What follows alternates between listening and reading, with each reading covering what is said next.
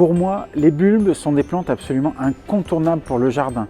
Elles sont hyper faciles à transporter, hyper faciles à planter, elles demandent très peu d'entretien et en fonction des variétés de bulbes que vous allez choisir, vous pourrez avoir des fleurs dès le mois de janvier, pratiquement jusqu'au mois de juin, et puis ensuite ce seront les bulbes à floraison estivale et automnale qui prendront le relais. Alors dans un massif, pour combler des trous entre des plantes vivaces, entre des plantes annuelles, au pied de rosier, c'est une vraie merveille. Là, je vais préparer mon jardin pour le printemps prochain. Alors j'ai juste à prendre un petit sachet. Là, j'ai choisi quelques jacinthes, un beau violet, c'est un coloris un peu rare, des tulipes. Je vais prendre quelques tulipes roses. Alors ça, j'aime beaucoup, c'est de l'allium. L'allium, c'est de l'ail ornemental. Et l'allium, ça va fleurir très tardivement au mois de juin, c'est une vraie merveille. Et il y en a qui sont énormes, qui peuvent faire des boules de presque 20 cm de diamètre, c'est des merveilles. C'est celui-là, le giganteum, qui est vraiment immense.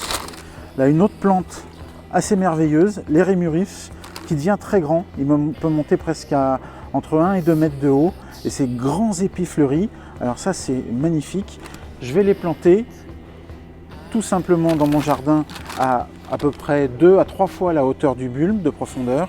Toujours le haut du bulbe, là on voit le futur bourgeon qui va apparaître tourné vers le haut, le fond du bulbe où apparaissent les racines, et voilà la tête où va sortir la tige florale. Et là, je passe devant des pieds-mères de pivoine.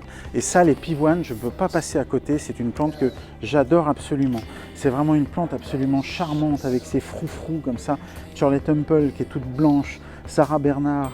Là, ce sont des pieds-mères, c'est-à-dire que ce sont des pivoines de taille déjà assez importante. La petite particularité pour la pivoine, mais c'est qu'il ne faut surtout pas l'enterrer en profondeur. La pivoine herbacée, vous voyez, on voit apparaître ici un tout petit bourgeon. Ce sera les futures tiges qui vont porter les fleurs. Ça doit être à 2-3 cm sous la surface du sol. Donc on l'enterre vraiment à peine. Voilà. Et là, vous allez avoir des fleurs au mois de mai-juin absolument magnifiques. Et avec les bulbes, vous pouvez vraiment trouver des fleurs de toutes les couleurs, pour tous les goûts et pour tous les mois du printemps. Et vraiment, c'est facile comme tout, très facile à planter et très facile à entretenir.